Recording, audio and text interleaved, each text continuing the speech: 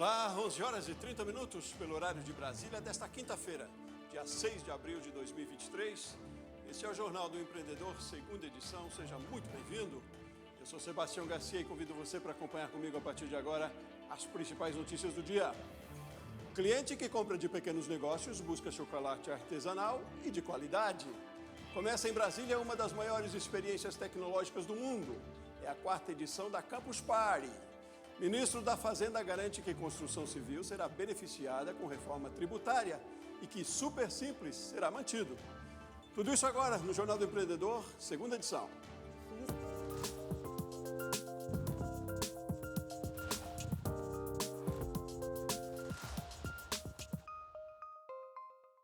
A meta do governo para os próximos anos é arrecadar mais do que gasta. Mas para recompor a base fiscal do Estado e honrar as contas públicas, a regra fiscal, chamada de arcabouço fiscal, precisa ser aprovada. Em entrevista exclusiva à colunista de economia do Grupo Bandeirantes, Juliana Rosa, o ministro da Fazenda, Fernando Haddad, contou agora de manhã como pretende arrecadar parte do dinheiro.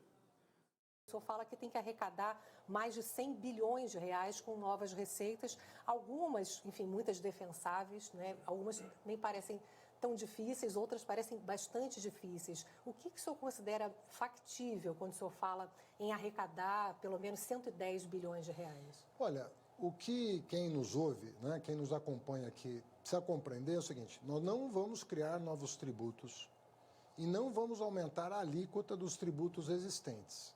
Então, quando alguém fala, vai aumentar imposto, eu peço para quem está nos assistindo, fique tranquilo, porque não é com o público em geral que nós estamos falando. Nós estamos falando de quem não paga. E hoje, infelizmente, quem não paga são as maiores empresas brasileiras. Quem não paga é quem colocou numa medida provisória, quem colocou numa lei ordinária, numa lei complementar, o que no jargão lá de Brasília se chama de jabuti. Jabuti é uma coisa que apareceu... Aquele bichinho cascudo. Ele apareceu ali na árvore sem que ninguém entendesse quem pôs. E aí os escritórios, a judicialização, começaram a ir lá no judiciário tentar extrair leite desse jabuti. E foi sugando a capacidade de investimento do Estado. Então, se você pegar o orçamento, você vai ver lá que está entre 400 e 500 bilhões de reais o que o Estado deixa de arrecadar. Mas tem muita coisa que é difícil mexer ali, né? Zona Franca de Manaus. Não, né? Mas isso aí nós não vamos mexer. Veja bem, ninguém está pensando... nesses 500 bilhões, 400 a 500 bilhões, está a Santa Casa. Nós estamos devendo para a Santa Casa, porque ela está com uma tabela do SUS sem reajustar há muitos anos. E por quê? Porque o governo cortou da saúde. Se cortou da saúde, não tem dinheiro para reajustar a tabela do SUS. Então, ninguém vai cobrar a Santa Casa que não paga imposto, quando, na verdade, é o oposto que devia estar sendo feito. Fortalecer as Santas Casas com uma eventual revisão da tabela do SUS. Então, não é disso que nós estamos falando. Ninguém vai cortar o benefício do ProUni. O ProUni dá bolsa de estudo mediante não pagamento de impostos. Eu era ministro da Educação quando foi criado o programa. O ProUni tem que ser mantido. Por quê? A instituição particular não paga o imposto, mas o menino pobre da periferia, o aluno de escola pública, o negro da escola pública que não tem renda, passou a estudar. E nós queremos que ele continue estudando. Eu não estou falando disso. Nós estamos falando de grandes empresas que têm lucros, super lucros. Estamos falando aqui de 400, 500 empresas com super lucros e que, por expedientes, na minha opinião, ilegítimos, fizeram constar do sistema tributário o que é indefensável. O que, por exemplo? Por exemplo, você subsidiar, subvencionar o custeio de uma empresa que está tendo lucro. Se uma empresa está tendo lucro, por que o governo vai entrar com dinheiro subvencionando essa empresa? Aí você vai falar, não, mas vai prejudicar a empresa? Não, nós vamos alinhar essa empresa que não está pagando imposto e está tendo lucro, ela vai passar a recolher. Essa semana mesmo eu encontrei um grupo de empresários da construção civil que disseram que estão preocupados de terem que pagar mais impostos, por exemplo, reonerando a folha. Quem está nos ouvindo, por exemplo, pode estar pensando que pode ter alguma mexida no Simples. Né? Sim, boa pergunta. O que de fato vai mudar? É importante deixar claro, porque o ambiente também, nesse momento, é de insegurança em relação, quando o senhor fala, quem não está pagando, a pessoa pode pensar, bom, será que eu vou ter que, então, contribuir mais, né? O que vai, de fato, mudar? Primeiro, você não paga imposto de renda, mas você é uma pessoa de uma renda média ou baixa e paga os impostos mediante o consumo. Toda vez que você consome, você está pagando imposto. E o objetivo da reforma tributária é diminuir os impostos sobre o consumo. Isso vai favorecer a população que ganha até 3, 4, 5 salários mínimos. A construção civil, ela vai ser favorecida pela reforma tributária. O super simples, já há acordo do governo com o Congresso de que será mantido, não vai ser alterado. Então, nós não estamos falando da pequena empresa, da média empresa, nós não estamos falando nem sequer da grande empresa, porque nós estamos falando de enormes empresas que, por meio de lobby no Congresso Nacional, e muitas vezes usando a boa-fé de um parlamentar. O parlamentar lê a proposta de um lobista e fala, poxa, parece razoável isso aqui. Só que nem sempre essa proposta vai receber o tratamento devido por todo o Poder Judiciário, e aí começa a confusão. Hoje, 40% dos litígios no Poder Judiciário diz respeito a tributos. Porque arma-se a confusão por uma emenda, por um jabuti, e aí gera uma confusão no Poder Judiciário para não pagar imposto. Então, eu repito, reoneração sobre folha, está nesse? Não. Mexer no simples? Não. Onerar a construção civil? Não. Consumo, sobretudo alimento? Não. Bom, essa foi uma semana importante para quem trabalha com turismo. Durante 3 dias foi realizada em São Paulo a maior feira do setor para a América Latina, a WTM Latinoamérica. Mas qual a importância de participar de uma feira como essa? Como é o retorno econômico para o empreendedor que participa desse tipo de evento? Mas sobre isso que a gente conversa agora com o André Coelho, coordenador de projetos. Bom dia, Sebastião. Prazer estar aqui novamente. Todo nosso, André, e a gente começa reforçando essas perguntas, né? O quanto é importante participar de feiras como essa agora em São Paulo, né? A gente está, aliás, num período de muitas feiras, né? Isso, além da importância, tem um retorno certo, né, André? Exatamente, muito bem ponderado. E para o pequeno empresário, isso às vezes pode significar um custo grande, né? Às vezes que tem que se deslocar para a feira, pode ter que fazer uma viagem, às vezes até de avião, uma viagem maior, ter que ficar alguns dias anteriores à feira ou posteriores. Então, para o pequeno empresário, é importante se planejar e escolher bem as feiras que vão ser importantes para o negócio dele, né? Como você bem mencionou, a gente vai passar por um ano, esse ano especificamente, né, ainda no pós-pandemia, nesse processo de retomada das feiras, do turismo de negócios, dos negócios como um todo, de existência de várias possibilidades de visitas às feiras, né? Então, o empresário visita a feira porque, às vezes, tem até uma função lúdica, né, de encontrar pessoas, de participar um pouco, de conhecer o mercado, mas, hoje em dia, na verdade, os grandes marketplaces estão online, né? Estão na internet, a forma de você acessar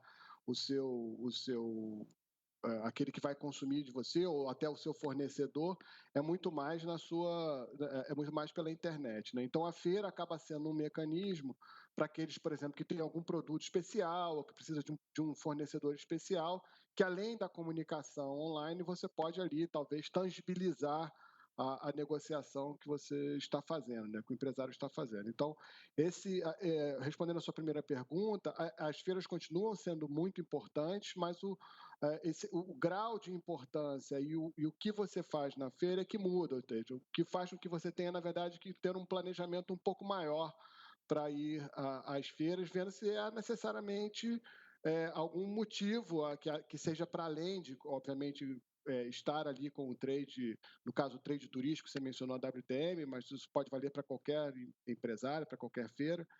Então, no caso, se o trade turístico vai estar ali, você pode encontrar algumas pessoas, claro, mas você saber exatamente que tipo de negócio que você vai poder fazer ali, você vai poder expor o seu produto, vai vender o seu produto, vai encontrar algum fornecedor.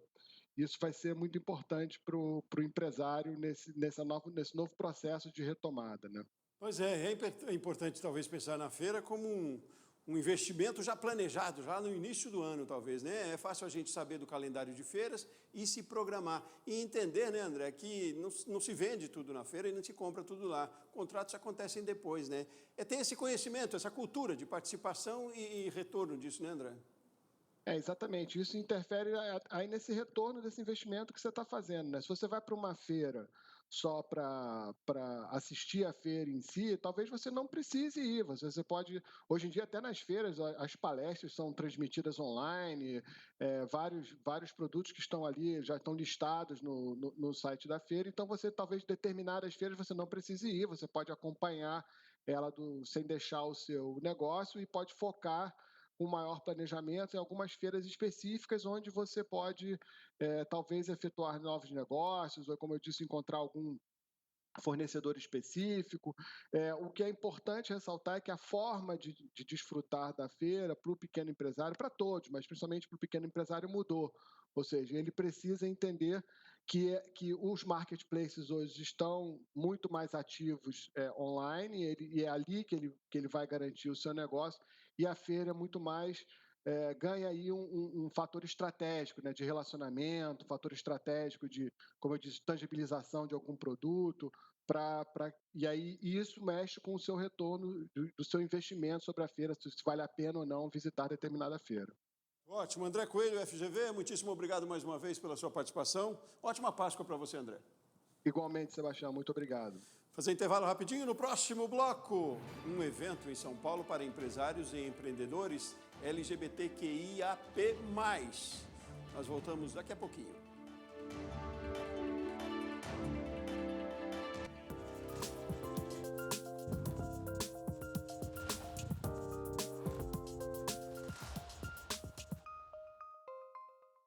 Onze horas e 44 minutos pelo horário de Brasília, estamos de volta e ao vivo com o Jornal do Empreendedor, segunda edição. Olha, está sendo realizada hoje em São Paulo a 5ª edição do Contaí Summit, evento de negócios para empresários e empreendedores LGBTQIAP+.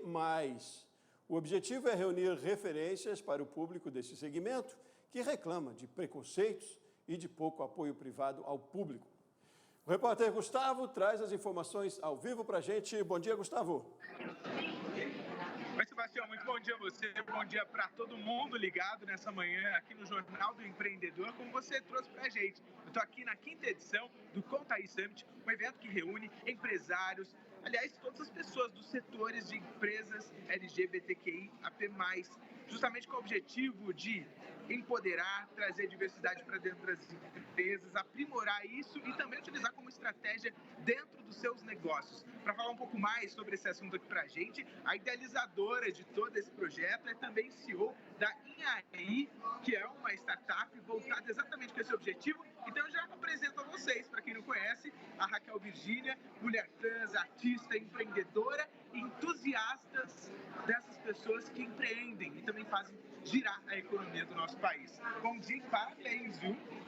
Eu fico muito grata, obrigada por vocês estarem aqui cobrindo esse evento. Para a gente é muito importante essa cobertura, até porque a gente está falando de mulheres LGBTQIA+, que empreendem e, obviamente, isso para nós é um fato histórico, né? Mulheres dessa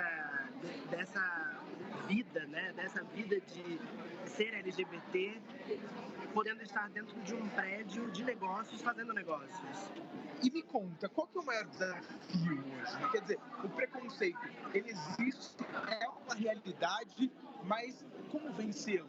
Né? Como transformar a diversidade em estratégia dentro da empresa? Justamente conseguir convencer as pessoas que nós podemos gerar lucro, nós podemos gerar oportunidade e a gente pode ser um fator estratégico pensando na economia, não só brasileira, mas uma economia regional, inclusive, porque o nosso projeto ele está se expandindo para o México, está se expandindo para a Argentina, inclusive em parceria com os nossos patrocinadores. Então, acho que o maior grande desafio é justamente provar para as pessoas que a gente está movimentando a economia de uma forma positiva. Isso. E, gente, olha, deixa eu contar uma novidade para vocês. Até o fim da tarde, bom, durante todo o dia terão diversas palestras e no fim da tarde será lançada uma plataforma que é a Contaí, que é exatamente uma rede de integração entre empreendedores para troca de experiências e também troca de investimentos, parcerias. Ao longo do dia segue então esse evento, lembrando todas as pessoas da importância também de se olhar para o mercado de empreendedorismo LGBTQIAP+, que segue a todo vapor, e nós seguimos por aqui acompanhando todos os detalhes e trazendo ao longo da programação. Ótimo. Gustavo Carvalho, repórter falando de São Paulo, direto do Contaí Summit, um evento importantíssimo que trata de inclusão e de potências também. Obrigado, Gustavo. Bom trabalho para você. Seguimos por aqui. Olha, a Campus Party, uma das maiores experiências tecnológicas do mundo, começou nessa quarta-feira e vai até domingo em Brasília. Segundo a organização do evento, estão previstos ao longo de 5 dias mais de 500 palestras e muitas atividades desses espaços para workshops e até área de drones. A previsão de público é de 100 mil visitantes.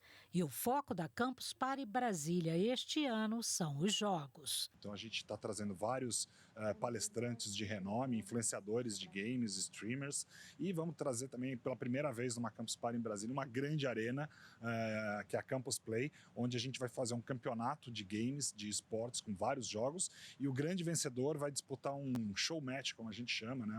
Uma partida de exibição contra o Los Grandes, que é uma das maiores equipes de esportes do Brasil, que também vai estar aí com todos os seus participantes, né, os seus jogadores e streamers palestrando. A Campus Party também é espaço para quem busca uma colocação em um futuro mercado de trabalho. Eu costumo brincar que os meus avós, o sonho deles era trabalhar numa repartição pública.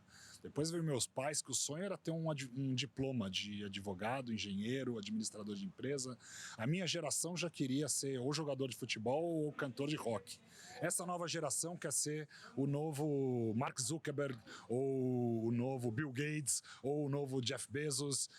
E a gente está aqui para incentivar isso. Através da parceria com o Sebrae, a gente quer dar mentoria para que esses jovens possam crescer de fato, possam se impulsionar nas suas iniciativas e se tornarem os grandes empreendedores do futuro. E o Sebrae está no evento. Ele montou na Campus Party a Fábrica de Empreendedores. Ela vai preparar os jovens em diversos temas relacionados ao empreendedorismo e inovação. Tem ainda a Startup 360, outro espaço do Sebrae criado para promover a capacitação de startups.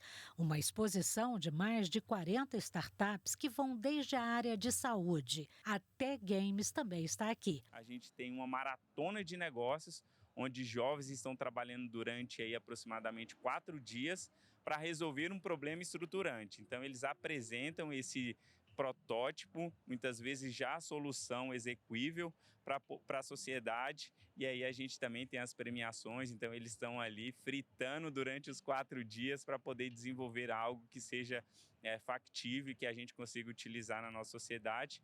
E os hackathons também, que são maratonas de negócio, que são momentos que jovens também estão juntos ali, tentando desenvolver uma solução agora já específica, encabeçada muitas vezes pelo governo, como é o caso aqui na Campus, mas também de outras empresas que falam, eu preciso resolver esse problema, é um problema estruturante, me traz um desafio, e eles também são premiados ao final, aquelas melhores soluções.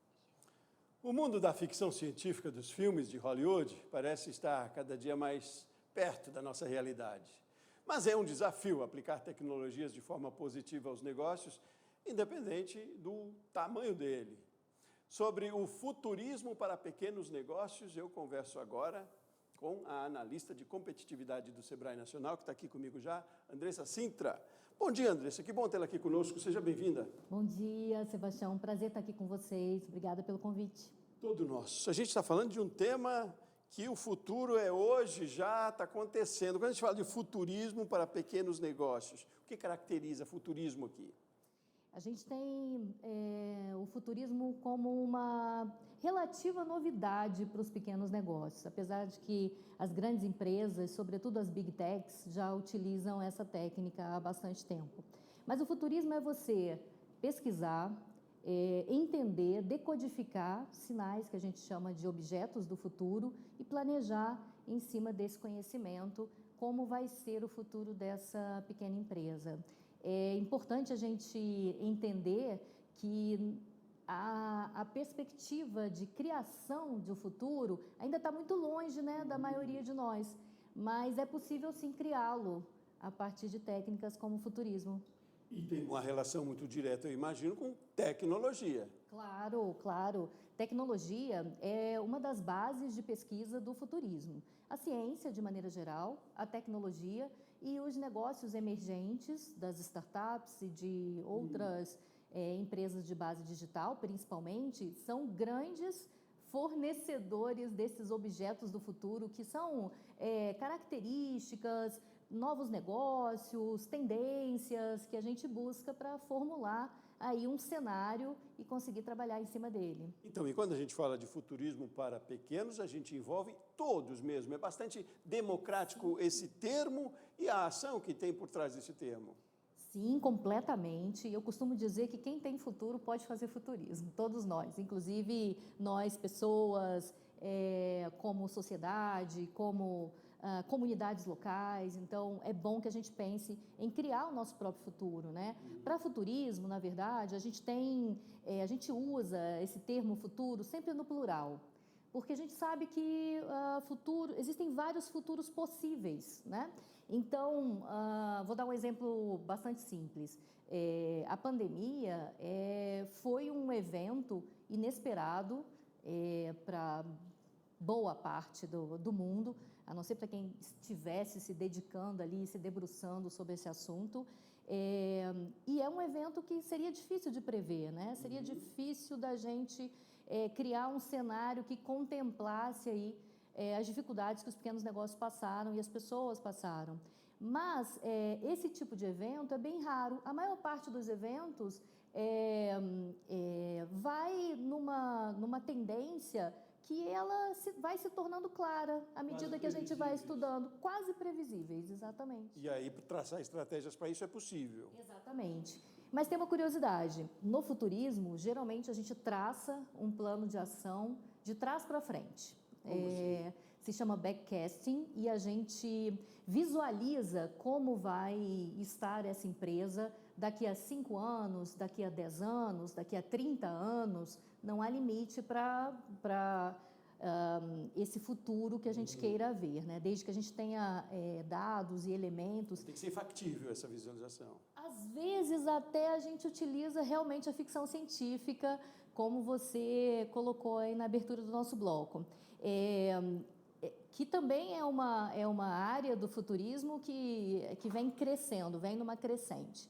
Mas, em se falando de futuros mais próximos, 5, 10, até 20, 30 anos, é possível hoje que a gente consiga realmente fazer cenários. E aí, a partir dessa visualização de como a empresa vai estar nesse tempo, a gente consegue fazer um plano de ação que contemple o ano anterior e assim até chegar no presente. Mas isso é diferente de traçar metas? É um pouco diferente. É um pouco diferente porque é a partir de uma visualização específica. A meta, ela é muito usada nas empresas, é claro, e ela sempre tem como base o presente. E muitas vezes tem como base o passado, que são os dados que essa empresa carrega. No futurismo, e eu acredito firmemente que a gente vai ouvir falar muito isso daqui para frente, porque esse pós-pandêmico revolucionou várias áreas da gestão, inclusive a área de planejamento. Por isso, essa novidade de trazer o futurismo aí para os pequenos negócios também. Mas então a gente consegue estabelecer essas metas com base no presente, claro, que é o mais comum. Mas no futurismo, elas estão totalmente voltadas para essa visualização de futuro e essa empresa que eu prevejo. É livre, né? Isso. Então, você falou que a gente vai falar muito sobre isso e a gente deve ler muito sobre isso, eu imagino. E para isso eu trago aqui o porquê da sua presença aqui com a gente, desse tema, porque é tema de um dos artigos do livro A Virada, Como Reinventar Seu Negócio em Tempos de Incertezas, Isso. que está sendo publicado pelo Sebrae e você participa. Me conte um pouquinho dessa publicação. Essa publicação foi idealizada pelo nosso colega André Spínola e ele foi muito feliz no time, né, no tempo de publicar isso, porque, como eu acabei de dizer, nós estamos passando por mudanças profundas na gestão também, né? Que área não foi impactada profundamente aí nesses últimos anos. Então, o livro traz não só o futurismo, mas também fala de estratégia, fala de imagem pessoal, fala de vários temas que agora estão sendo reformulados, redesenhados para esse novo mundo que a gente está vivendo. Muito bom. Deve ter sido um desafio, mas prazeroso demais participar dessa edição, né? Andressa Sintra, muitíssimo obrigado. Jornal do Empreendedor, segunda edição. Foi um prazer tê-la aqui conosco. Vamos embora então? Assim termina essa edição do Jornal do Empreendedor. Outras notícias ao vivo aqui de Brasília, na edição das 7h30 da noite. Eu volto mais tarde. Uma ótima tarde para você e até mais.